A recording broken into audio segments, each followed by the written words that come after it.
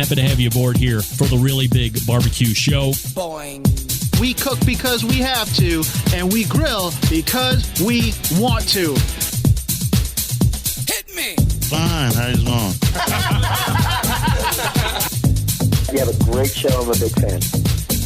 Boing. So what seems to be the problem here? This man looks like he's dead, and he's in the crackle. Charbono! It's all about the Charbono, dude! Succulent fish. What? He ate 54 wieners. But listen, Lavernius, shut your face. I'm shaking like a dog shit peach seeds. We have top men working on it right now. Top men.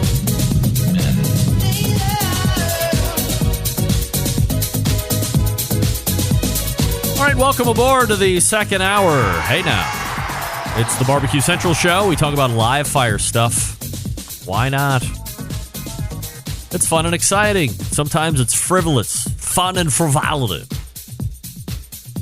Email right off the bat from Alan. Hey, Greg, for a few weeks, I have not been able to listen to your live shows. I'm not on Facebook. What? I can get the video on Facebook using a desktop. I can't get the video on Facebook using a phone or tablet. Your internet radio stream is broken. You have two TuneIn accounts using your logo. Neither work. One plays LA Talk Radio. The other doesn't work. Hope you get back on YouTube. Alan. Wow, Alan. That's a lot to unpack. Let's go ahead and try best we can. Facebook. You can get the video using Facebook desktop. All right, number one, that's good. Number two, I can't get the video on Facebook using a phone or tablet. That's weird because I can watch the phone on my Android device on Facebook after the fact, archive the video without any issue. The internet radio stream is not broken. Oh, wait a second. What is going on here? Source? Card? Well, perhaps I have fixed it now. Indeed, it was broken. Wow. Like this second it was broken, but I fixed that.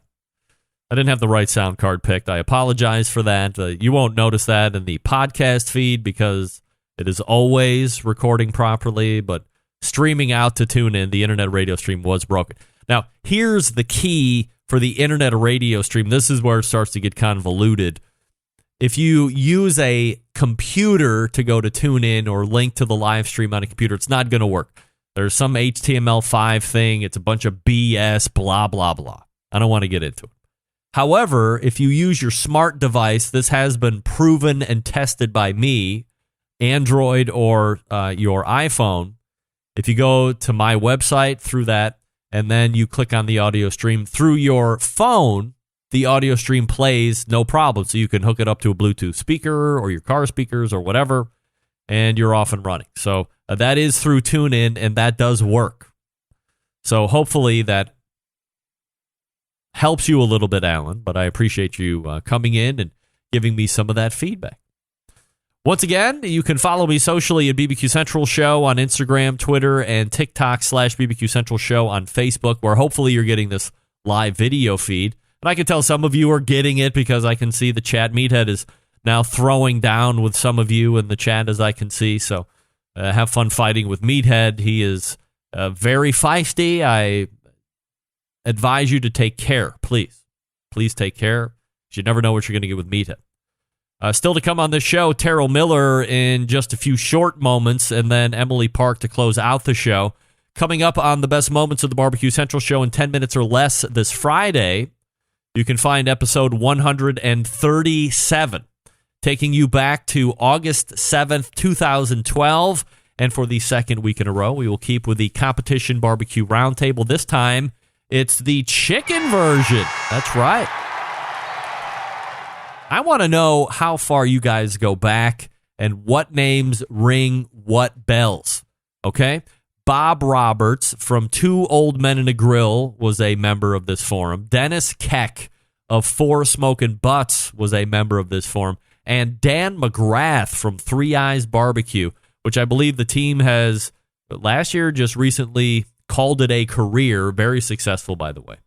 So those were 3 of the top chicken cooks 8 years ago. Bob Roberts, Dennis Keck, and Dan McGrath.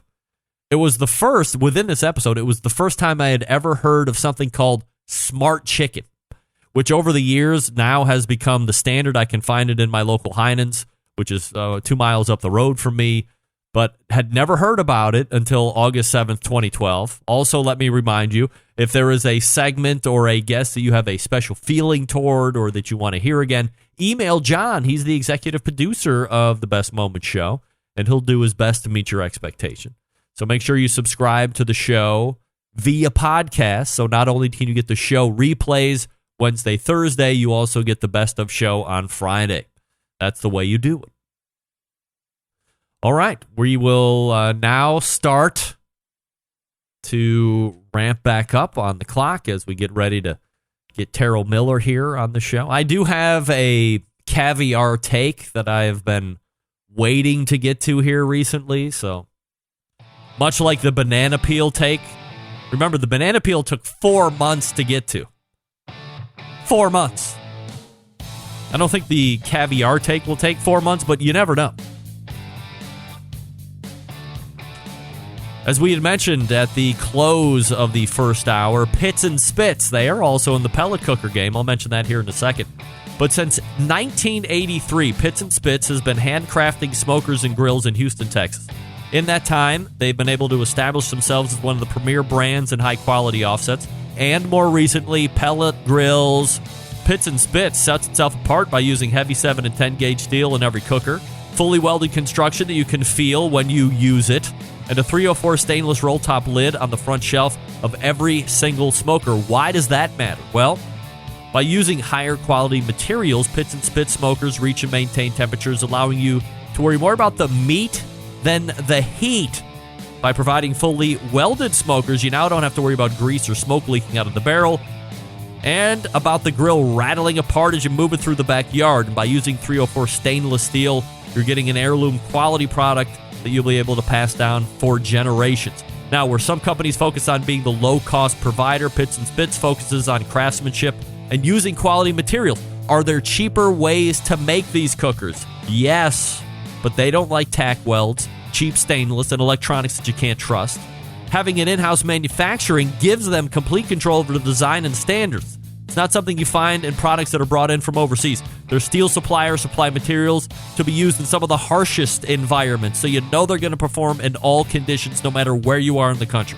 And the controllers made here right in the USA, so they have unimpeded transparency into their programming. Here's the bottom line. Pits and Spits has a dealer network across the country. If there isn't one close to you, feel free to give them a call at 844-650-6250. That's 844-650-6250. Whether you're a backyard grill master looking to cook steaks for the family or a competition team looking to smoke 50 racks of ribs, Pits and Spits has a product for you. You can check them out at pitsandspits.com, all spelled out, or see their pits in the wild across their social media handles at Pits and Spits. That is also spelled out, at Pits and Spits. Terryl Miller, first-time guest, coming up. Stick around. We'll be right back.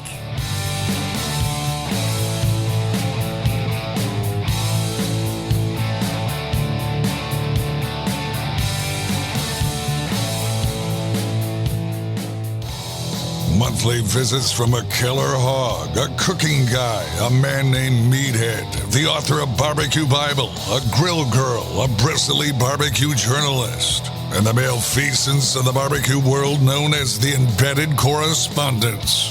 Only found right here on the Barbecue Central Show.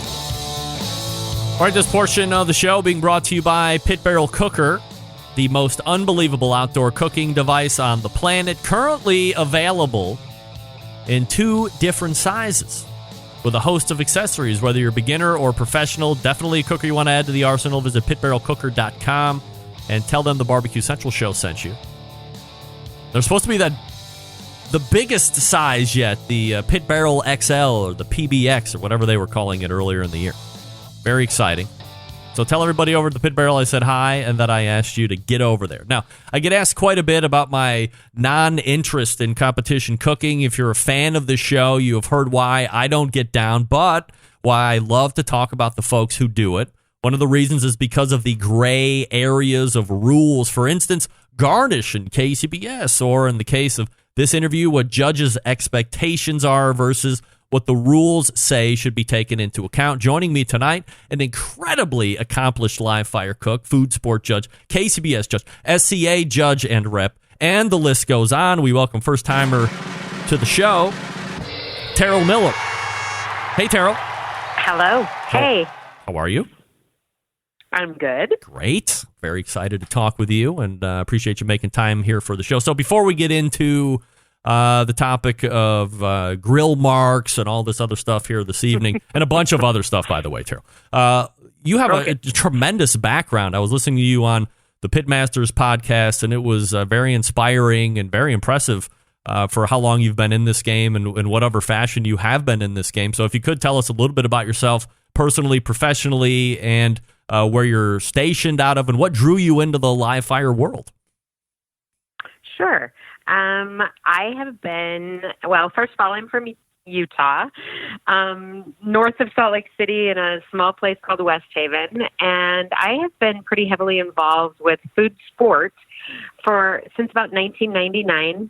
My husband and I started competing in Dutch oven competitions. We won the World Dutch Oven competition in 2001.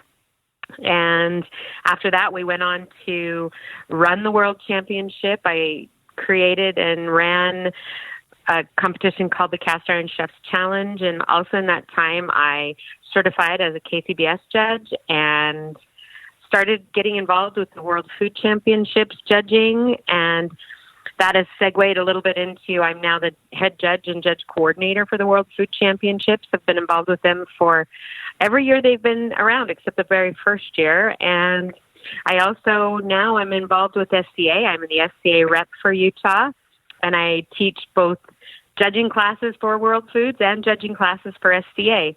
Don't teach classes for KCBS, but still judge for them. But and I also compete in food sport for Food Network and other things like that. It's a passion. It's a hobby. I love being involved with it, and the friends you make and the friends you meet are amazing and are lifelong friends, and we're from all walks of life, and it's great. I love it. So I've been pretty heavily involved for quite a while now. Terryl Miller joining me here on the show. Terryl, as you had mentioned, you're probably one of the best Dutch oven cooks out there and have been for some time. In fact, Bobby Flay had done a television show or something along the Food Networks with you, and then come back to you and said that was it the pastries or cream puffs or something that you were doing in cream there? Puffs. Yeah, they were like the best thing that he's ever had, and it's even, I guess what people don't take into account is how much more difficult it is to have that come out of a Dutch oven where you don't even notice it's coming out of a Dutch oven. Like, that's the difficult part. Right. Right. Yeah. We were really lucky to film Food Nation with Bobby Flay right after we won the World Championships. And we won that with almond, strawberry cream puffs with an almond pastry cream. And he was very gracious. He didn't have to come back later. And, we filmed our segment, and he came back and told me how much he loved my cream puffs. They were better than even some of his sous chefs have done, and he was amazed that we could do them in the Dutch oven. We kind of explained to him, my husband created these little lid lifters because for a cream puff, you need it to puff. You've got to get rid of that moisture. So it elevated the lid just enough to allow the moisture to escape. Traditionally, most people just kind of stuck a wooden spoon in to lift that lid, and we wanted it a little bit more stable than that, so we created those. And he was just gracious about it. He was really nice, and he said, "I'm just amazed in a Dutch oven you did this, and my sous chefs have a hard time in an oven." How do you find Bobby Flay? I think he gets a bit of a bad rap for being some kind of a bag. Maybe it's because he's from New York City or he's got that New York City vibe, but how did you find him in person? He was so awesome. And I think it's because it's a persona that they like to see. He's really good. He's good at what he does, and he's confident. he could not have been kinder or more gracious to us. We were surprised at how willing he was to come and talk to us and be friendly. He didn't just come, film the segment, and then get back in his car and leave. He came and talked to us. He was a really nice guy. Terryl, how do you, or generally speaking, from a judge's standpoint, do you feel that judges just across the board, regardless whether we're talking SCA or KCBS or World Food Championships, whatever, do you think that judges are summarily dumped on across the board by and large? Absolutely. I think that judges are blamed for people not winning, when in reality, that does happen sometimes. There are bad judges. There are good judges. It's just no different than competitors and good competitors. I think, though, that we take the brunt of it in that if someone doesn't move on, they're going to blame a judge. They're not going to look at themselves and say, oh, I could have done better. I screwed up. They're going to look and say, oh, the judges weren't kind to me. The judges, were rough on me, type of thing. And I'll be honest, I've judged with people who are hard judges. They're tougher. In the classes that I teach, I try to explain, you don't compare them to what you think you do. You don't compare, you've got to judge those people as fairly as possible and in the environment that they're cooking in. And I think that makes a better judge who understands the competitor side of it as well. From the organizations and the sanctioning bodies that you have had experience at, who's doing it right the best? I think SCA or World Foods. And I don't want to bag on KCBS. Oh, certainly not. But I think they are very rigid.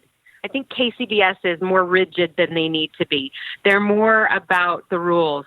I think SCA is fair, very, very fair, and I've really enjoyed being part of them. And World Foods, it's all about judge that dish on its own merit.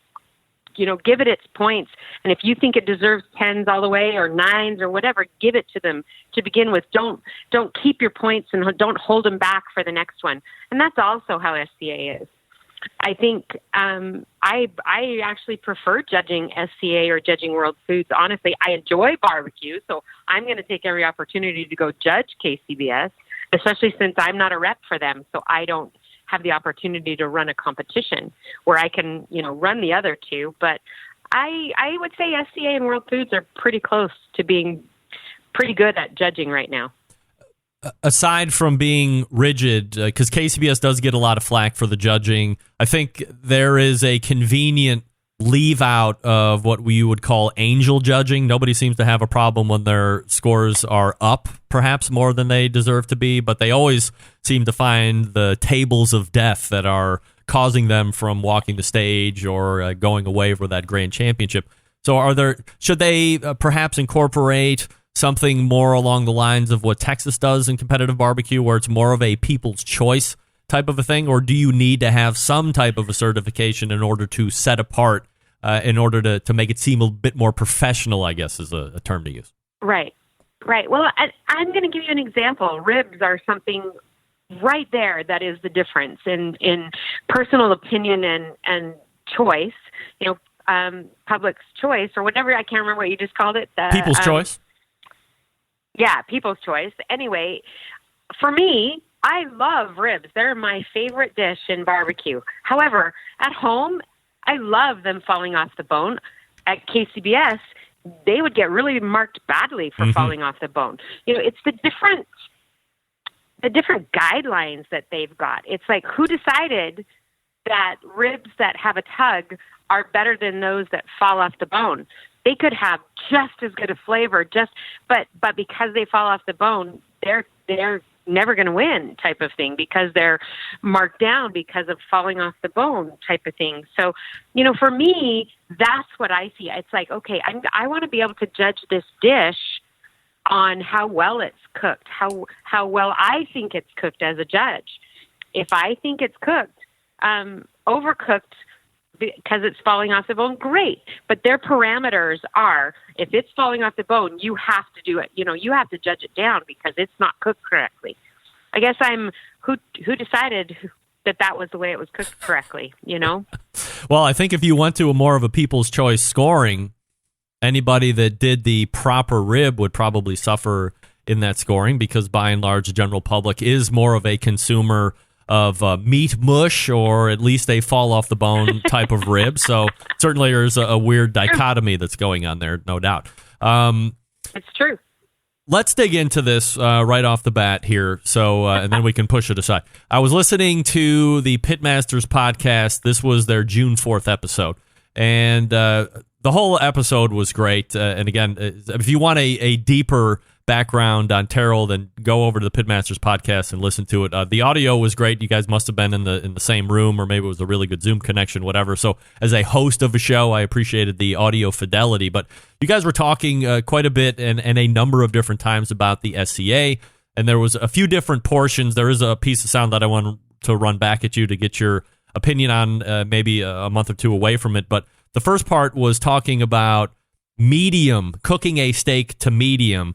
And I just wanted to kind of re-get your take on that and why you think it's important for SCA, because I do think that there's a lot of people that think that medium rare is the best way to eat steak, but I guess like you were just talking about, ribs fall off the bone is more your palate, but you have to cook it one way for competition.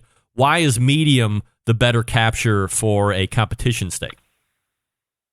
Because to cook a steak to medium takes more skill. To cook a steak over, or to cook a steak medium rare, is easier to do.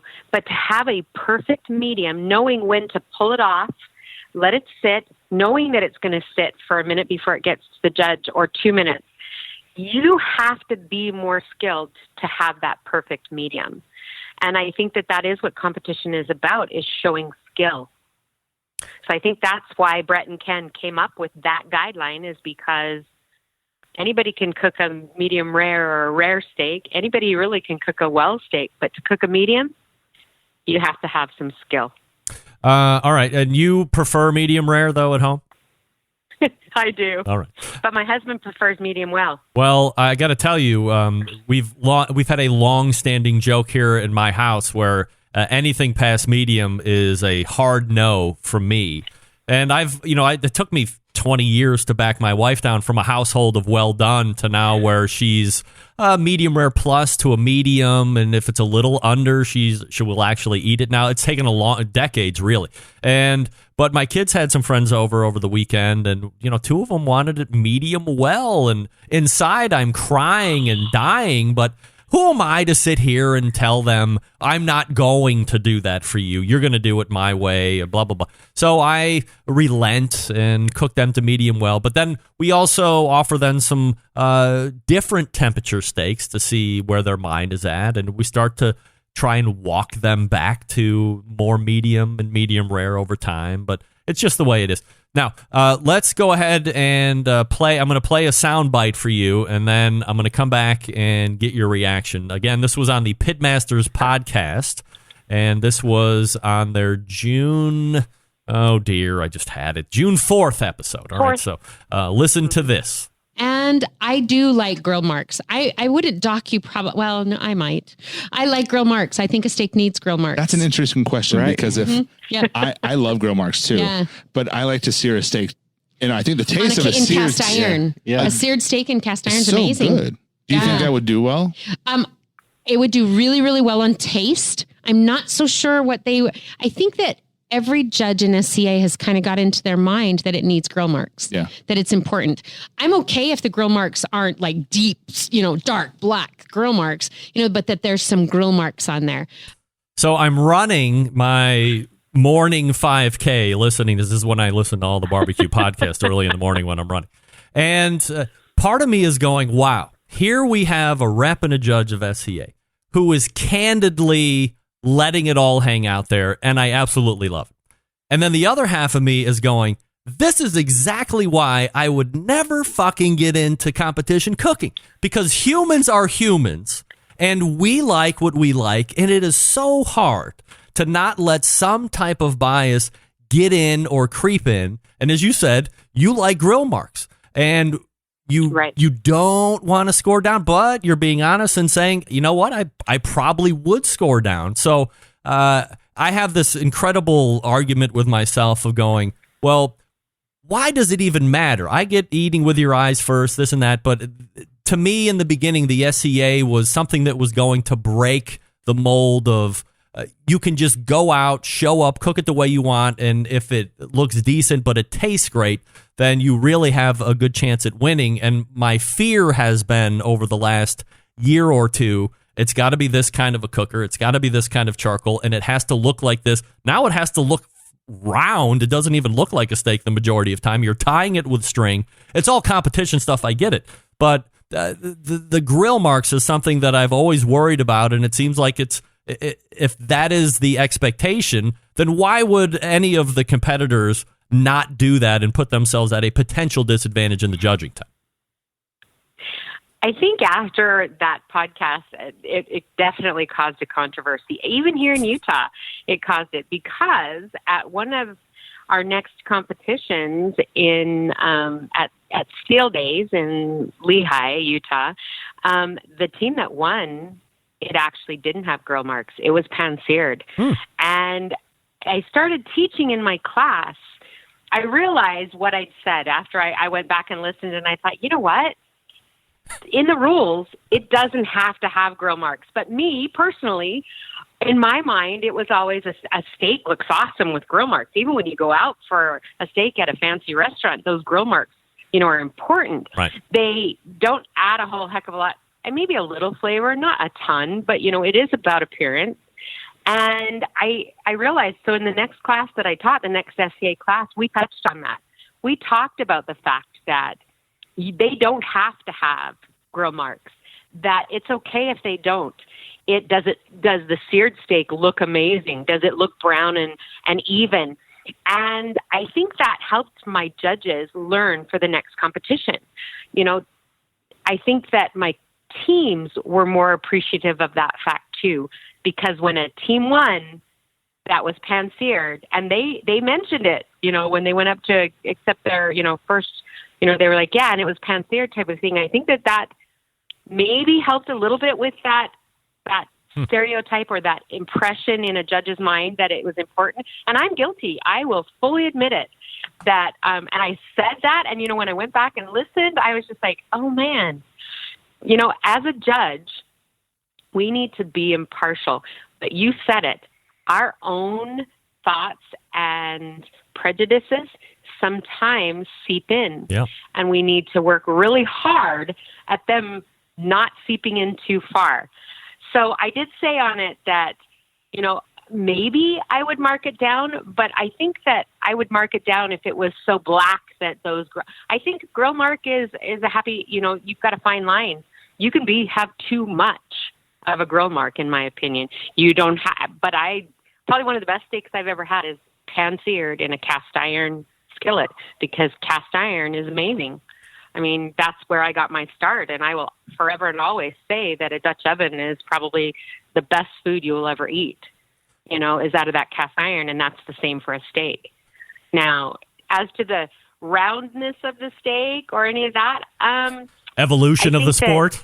Yeah, it is. And it's the same with Dutch oven. So when we competed in Dutch oven, we cooked filet mignon, a Merlot and mushroom sauce. We cooked those strawberry cream puffs with an almond pastry cream. We cooked a whole wheat bread that looked like a flour.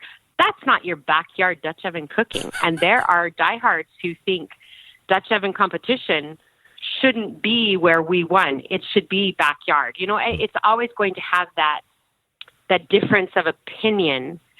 But we could go compete at World Foods with what we cooked at the Dutch Oven World Championships. We could go and compete against chefs. Not saying our skill, but I'm saying our dishes. They were that quality of that kind of thing. And I think that that's what we were aiming for and the purpose why we did it. I think that's what competitive sports is about. It's always pushing yourself to do better, to work harder, to learn new things. And that's whether it's steak, whether it's barbecue, whether it's, World Foods, all those 10 categories. I think that that's the important part of competition. But competition is not for everyone. My husband graciously competed with me. We won. He's done. He has no desire to compete ever again. Well, it's like George Costanza says, you got to go out on the high note, right? You go out on the high note. Yeah. No, you come back and you win again, and that's even a bigger high note. Come on. Right, I get it. There are just some people who are competitors and some who aren't, and that's okay. Terryl, one last question before I let you go, and I appreciate the time. Your expectation of the 2020 World Food Championships taking place in Dallas this year? Can I say I'm praying it'll happen? I'm worried it won't. I mean, Mike McLeod is a smart, wise man. He is going to make the best choice possible. I know drop dead date for deciding is September 1st. Oh. We just don't know. Right now, we are dependent on Texas and how Texas is doing. Final table just finished this past weekend in Indianapolis. It was rescheduled from May, and it's being broadcast October 3rd. And, we're hoping it will happen. I just don't, I can't say. I don't know. Are you 50-50 or 40-60 or where are you at? I'm not holding it against you here, of course. Yeah, I don't know. I'm the way I look, what I believe and what I see in Texas is different, Yeah. So we won't go there. But am I hoping? I'm hoping that, 90, 100% that we're going to do it. Am I worried we're not? Yeah, I'm 50% worried we're not because of the Dallas mayor, Right now, I think they're only allowing 25 people, 25 people in a group right now. Well, World Food sees thousands and thousands come through our gates. I just don't know. I know even though we're bending over backwards to, do everything possible to have, that social distancing in the judges' room, to have that, amongst the teams, to have that security and safety of masks and things like that. I just don't know if in that environment, if it will happen. But I have faith in Mike McLeod and his team. So I'm hoping that, we'll see. We'll all see soon in September. Well, we will see what happens. We're talking with Terryl Miller. Terryl, I appreciate you coming on tonight and letting us get to know you a little bit, talking about the grill stuff. And then I would love to have you back on the show, talk about world foods and Dutch oven cooking and all that other stuff. But once again, really appreciate you coming on. All right. Thanks so much for coming on. Thanks. There she is. Bye-bye. Terryl Miller right there, owning it, which I completely appreciate. Walking it back a little bit, but owning it. No doubt. I could hear her in her voice. She's like, oh, God, she's going to run the sound. But to her credit, going back and reteaching that class, you get, I believe she said it was a first-place steak in the next cook-off. It was actually a second-place steak, if I'm not mistaken. Rusty Monson would take credit for coaching whoever cooked that steak, I believe. We're not going to question that. But perhaps going back, after hearing it, then going back in and reteaching, letting those judges be a little bit open-minded about not seeing grill marks and then scoring up or down. Green Mountain Grills has some of the best pellet cookers out there on the market today. Choice and a prime line. If you want to save a couple bucks, like Meathead and I were talking about in the first hour, if you don't need the Wi-Fi or all that tech, you can save a couple $100 and get the Jim Bowie or Daniel Boone Choice line. You can also get the prime line because maybe you do want some tech. Maybe you do want some peeking windows on the main cooking chamber on the pellet hopper. Maybe you want a little bit more robust build on the chassis. All that stuff. Well, you can pay a couple $100 more and get all that stuff. Go to greenmountaingrills.com and see where all their dealers are because they run through dealers. You can go there, see the products in person, get all the training and advice that you need so when you get it home, you can be successful right out of the box. No returns, no buyer's remorse. Jason Baker and the gang out there, not into that. That's why they do the dealer method. Go to greenmountaingrills.com. That's greenmountaingrills.com. Check out all the cookers. I don't know if we're going to have any kind of tailgating situation here coming up as the Big Ten and Pac-10 have all canceled fall sports, including football. But maybe you want to do your own tailgating thing in your backyard. Davy Crockett is a pellet cooker that you want to take a look at. They got pellets, they got sauces, they got rubs, they got all the good stuff. Pizza oven insert for the Jim Bowie and the Daniel Boone. You know I'm going to get down on that. This weekend, I am putting together my prime cooker, Daniel Boone. Believe it or not. I will make pictures. I will make pictures. And then I'm going to use it. We're back with Emily Park from the American Royal, the manager at the World Series of Barbecue. Right after this, stick around. We'll be right back.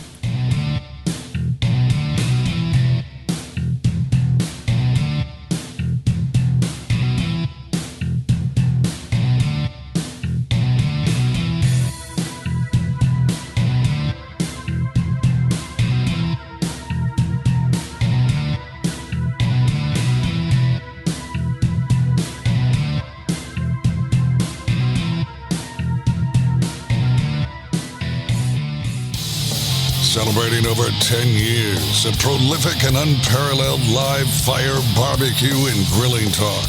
And yes, it's still being done from Cleveland, Ohio. You're listening to the Barbecue Central Show. Hey, welcome back. This portion of the show being brought to you by Smithfield throughout the grilling season. Look for recipes from well-known pitmasters like Chris Lilly, Darren Worth, Ernest Cervantes, and Childs Cridlin. With mouth-watering flavor and no artificial ingredients, Smithfield fresh pork is simply some of the finest pork money can buy. Trusted on the World Championship Pitmaster Tour for competitions and at home. Go to smithfield.com. That's smithfield.com. So a week ago, we saw the biggest barbecue contest fall victim to the worldwide pandemic as the American Royal BBQ contest was called off for 2020. Here to talk about the decision to cancel, manager of the World Series of Barbecue, good friend of this show, of course. We race back to the hotline and welcome in Emily Park. Hey, Emily. Hey there. How are you? I'm doing okay. How about you? Well, okay, and let's go ahead and jump right into it here. You know, in radio talk, there's an old saying, and the hits keep coming. Of course, they're talking about great songs, but in 2020, it means some other great barbecue contest is being canceled or postponed. And as I had mentioned a couple seconds ago, that's what happened this past week for the American Royal, or last Tuesday, I guess. So was there a culminating thing that broke the camel's back, or did you just get to a point where things from a prognostication aspect just weren't going to get any better, and you know what you're dealing with from an influx of teams, and you're like, oh my God, it leads to potential nothing but disaster? I think the later, it's a little bit more kind of what happened. So I'll kind of spill what really happened behind closed doors. So we've been talking about this, I think, like everybody, since March. And kind of at that time, we started to pivot our plan. So we were changing the way we were going to do the contest. We started looking at different ways to do judging. We've been meeting with KCBS weekly for, oh my gosh, it feels like a lifetime, which is great though. But kind of since this all happened, and then removing a lot of our public activation and really just seeing what can we do to make it happen. That at the end of the day was the goal. We will do whatever we need to do to make it happen. Well, the last couple weeks, we kind of just kept getting hit with the bad news. Like you said, the hits keep on coming. Yeah. And once that list outweighed the positive, we had to make the decision. And I will tell you, it was tough. It was heartbreaking. But I at the other side, I mean, I know everyone's kind of dealing with the same thing. Emily Park joining me here on the show, talking about the cancel of the American Royal. The Memphis in May event had canceled a good while back. A week later, after Memphis finally canceled, because they originally postponed and then canceled, the Jack followed suit. Mm-hmm. On this show, we pontificated the likelihood at that point of the Royal actually taking place, and not since there wasn't a quick join to cancel like the rest of the majors were over those past few months. In fact, one of my embedded correspondents, no names please, commented that he, from a very highly credible insider source, that he thought the likelihood of the American Royal happening was somewhere in the 95 percentile. I thought, unfortunately, and my Michigan cohort also thought there was a 0% chance.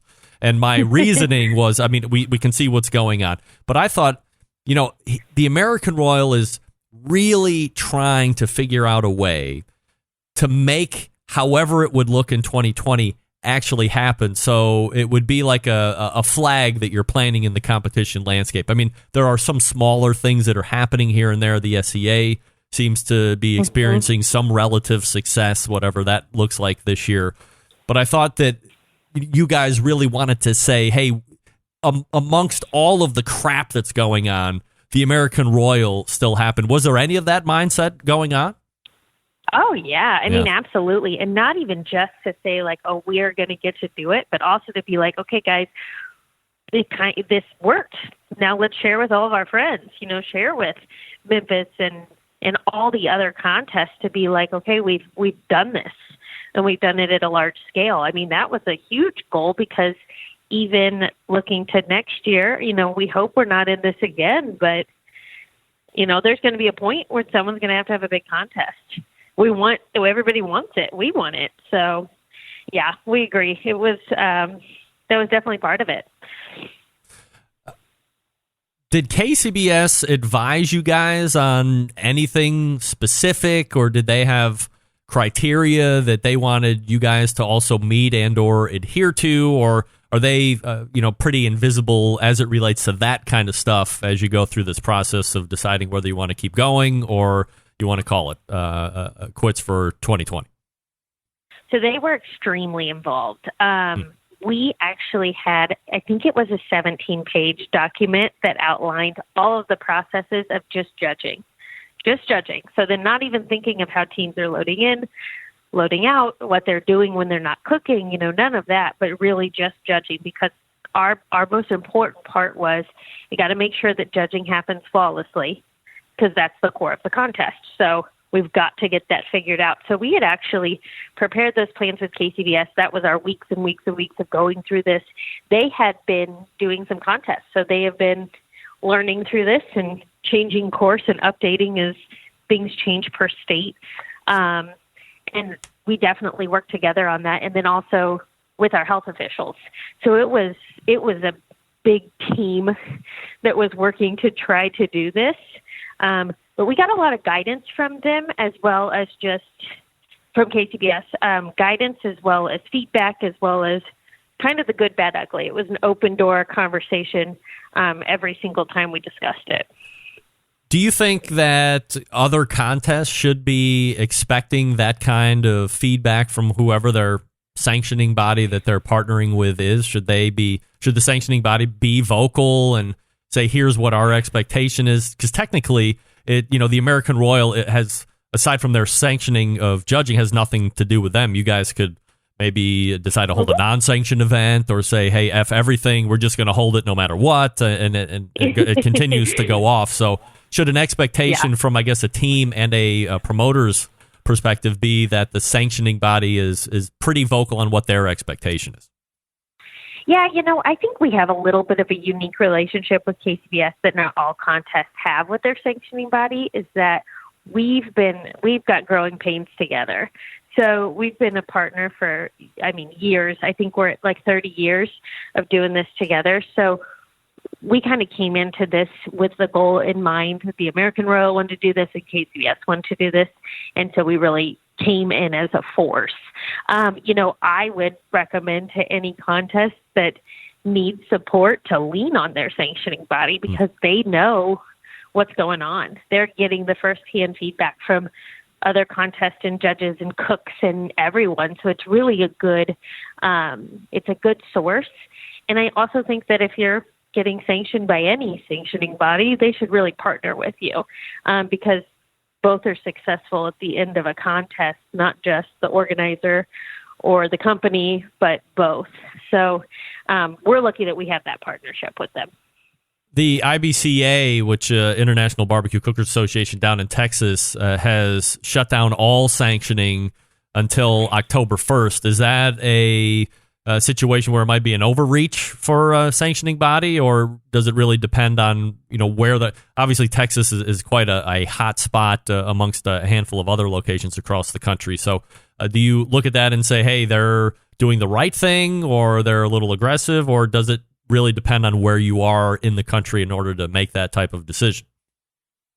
Yeah, I think it's kind of how we are all dealing with all events and everything right now, is that there might be a certain point where you're like, wow, that happened fast, and then you realize that we're canceling events 2 weeks after. So, I can't fault them for doing that. I think they were probably being proactive and saying, we don't feel comfortable doing this until later in the fall, and maybe it's in order to get more of their kind of ducks in a row. And that's a good thing. They don't want anyone to get sick. At the end of this, I think that's everyone's goal. Yeah. So if that's kind of the way that they need to ensure that they are doing their best to ensure everybody's safety, then I respect it. It really is it stinks for anybody down in Texas who was using them. I totally understand that side too. But I understand their decision to do that. And I would tell any contest organizer who lost them as a sanctioning body this year, maybe go through the reasons why and see if it is something you want to do with or without them, or hold tight and know that 2021 is going to be kind of the most, I'm hoping, this is a very hopeful speech here, the most exciting barbecue contest year yet. People are going to be out cooking like crazy. So that's my hope. Do you, or as you were looking at the registration for the Royal this year, were there a lot of teams, or was there really kind of a modicum at best? And then also, is there a date where, I don't know if you guys have like a cancel insurance where, by this date you can cancel the event up and then people get refunded, or you're not on the hook financially a lot for anything? How does that look? Yeah, we actually kind of mapped that out way back in the spring to say, what's the date of no return? And with our contest, it being not in our location, we have a contract with the Kansas Speedway. Yeah. So that's part of the reason why we're like, well, let's go ahead and give this a shot, because we have a place to do it. So the date of no return, was kind of in August to us a little bit more. So that was from an internal perspective, but then we really talked to a lot of our teams as well as our committee members who are also on teams to talk to them about, when is it a difficult time for a team to find out that they're not having the contest. Yeah. We wanted to ensure that our teams are not financially on the hook booking too much travel. When do they start spending money outside of maybe just their registration fees and really planning? So that was part of our timeline. But on our end, we kind of made the stance at the beginning of all of this that if we cancel, the teams get 100% of their money back. No questions asked. That is just the best way to do it. We just didn't feel like it was fair any other way. However, I think we're at a good point that we were able to cancel and go ahead and take care of that for everybody, minus, a couple $1 processing fee, just to make sure we can get everything, all the transactions in. But it was just kind of a stance we decided at the beginning of this. And I hope we're never in something like this again. Yeah. But our teams they're the most important thing that is happening there. So we want to treat them right. Is this a big financial blow for I don't know if it's like the American Royal in general? Is this a big fundraising portion of that whole week or two? Oh yeah, it hurts. Yeah. So the barbecue itself, this is actually, as an organization, our largest fundraiser of the entire year. Throughout the year, we host about, I think, 6 equestrian shows, a 2-week livestock show, a youth rodeo, a pro rodeo, and as many other events as we can. The goal at the end of every year for us is that we raise enough funds to go into our education fund to support educating the youth about agriculture and kind of where their food comes from, and get them really engaged in agriculture for their future, as well as scholarship funds. So yes, it hurts. I will not say it doesn't, but we're very hopeful that, like everybody else, we can get this year under our belt and know that, yeah, this one's going to hurt, but I think next year across the board for all events, it's going to be better. So, I'm hoping that this time next year, you and I are talking about how I'm like, I don't know where to put all the teams. 700 teams are currently registered, and we're still 2 months out. Yeah, I'm hoping that's the conversation. And you had asked me a minute ago how the team registrations were coming in. We were over 400 teams. Wow. We were really excited about it. It was great. The thing that kind of started lurking towards closer when we were canceling is a lot of those teams registered extremely hopeful. They registered in May, and maybe from their state or even their country, they might not have been allowed to come even if we did do it. Sure. Or they were allowed to come, but then they had to self-quarantine, and maybe their job or just their life doesn't allow for that to happen. So that 400 number kind of, yes, it was great on paper, but we knew that it probably wasn't likely going to be that high at the event, once everything boiled down.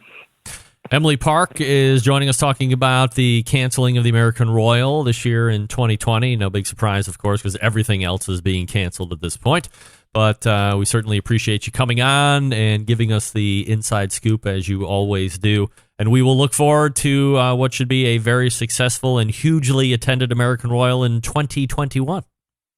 Yes. Well, thank you for having me. The next time we talk, we're only going to talk about positive barbecue information, maybe Hall of Fame stuff. Let's turn into what we celebrate the most. So I'm excited for our next conversation. All right. I'm looking forward to that. There she is, Emily Park, the manager at the World Series of Barbecue, barbecuehalloffame.com, the website, BARBECUE, barbecuehalloffame.com. One more to knock out before we close out the show. The BBQ Guru, always believing outdoor cooking should be easy and fun, because it can be. Big Bo Cason uses the Monolith. It's got a built-in power draft fan. Did you know about that? Of course you did. If you have a Guru controller already and you're looking for a ceramic cooker that's got a lot of great accessories, then get the Monolith. It's a no-brainer. You can hook that controller right up to the power draft fan. Away you go. Now, if you have a bullet-style smoker or a kettle or some other ceramic cooker, or you're a fan of some other ceramic cooker, you can still get the Guru controller. Go over to bbqguru.com or call 800-288-GURU and ask them all your questions. Tell them what kind of cooker you got, and they'll make sure you're outfitted with exactly what you need to get you up and running right out of the box. Don't forget the two new controllers, the DynaQ and the Ultra Q. That's right. Check them out. BBQ Guru, longest running sponsor of the show and continuing to be a breakthrough in barbecue technology. We're back to wrap the show right after this. Stick around. Whole packers, full racks, legs and thighs, injecting butts. If you've never heard this before, you might think you found the best XXX show ever. Let's get back to the most homoerotic host out there today, Greg Rempe. All right, welcome back. This portion of the show being brought to you by The Smoke Sheet, a great all-in-one resource covering the live fire industry that's released every week from Brian Cooper and Sean Ludwig. BBQnewsletter.com is the place to sign up. That's BBQ Newsletter. Thanks again to Emily Park for talking about what had to be a fairly uncomfortable situation. Yeah. Too bad. But again, John Solberg and I, right on the money. Right on the money. I had asked Terryl Miller what her thought was on the World Food Championships. And I think that's going to be a great embedded correspondent take in just 2 weeks' time as we refire the embedded correspondence. Percentage of World Food Championships actually taking place in Dallas. I guess we'll see. And the experts and prognosticators will be out in full force on the fourth week. Guarantee that. All right, let's go ahead and make tracks out of here all the way back in the first hour. Meathead from AmazingRibs.com, who has been taken up with somebody in the chat room. I can see it's getting hot and heavy. Apologies are being requested. Apologies given are being denied. That's why I say you should always get in the chat. It's great. Second hour, Terryl Miller. We talked about her entrance into live fire background. We talked about grill marks and her comments made on a Pitmasters podcast show recently and what she thinks about it now, which was great. We'll have her back on to talk Dutch oven cooking and World Food Championships specifically, because obviously that's going to be a hot thing as we see if that actually comes off in 2020 or not. And we close it out with Emily Park from the American Royal. Big show planned for you next week. Stephen Reichlin is in. Sam the Cooking Guy is in, believe it or not. Plenty of other stuff going on. September 11th, 2001, I will never forget. And by the way, I want to wish a special happy birthday to my dad, Bill Rempe, tomorrow, August 12th. Got that in there, too. So again, September 11th, 2001, program host and proud U.S. American Greg Rempe. Good night now.